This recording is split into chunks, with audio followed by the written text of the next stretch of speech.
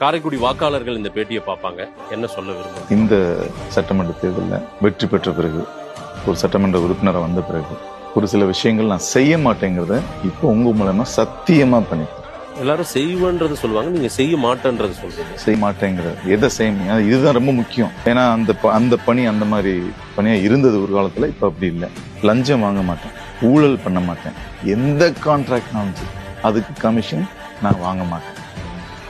அந்த பட்ஜெட்ல உலகத்தரம் வாய்ந்ததா யாரு எந்த கான்ட்ராக்ட் பண்ணி தருவாங்களோ அவங்கள்ட்ட அதை முழுமையா கொடுப்போம். ஒத்தருவா நான் வாங்க மாட்டேன், இது சத்தியம். நிறைய மோசமான தொழில்களை அதிகாரத்தை பயன்படுத்தி பண்ணிக்கிட்டு இருக்காங்க.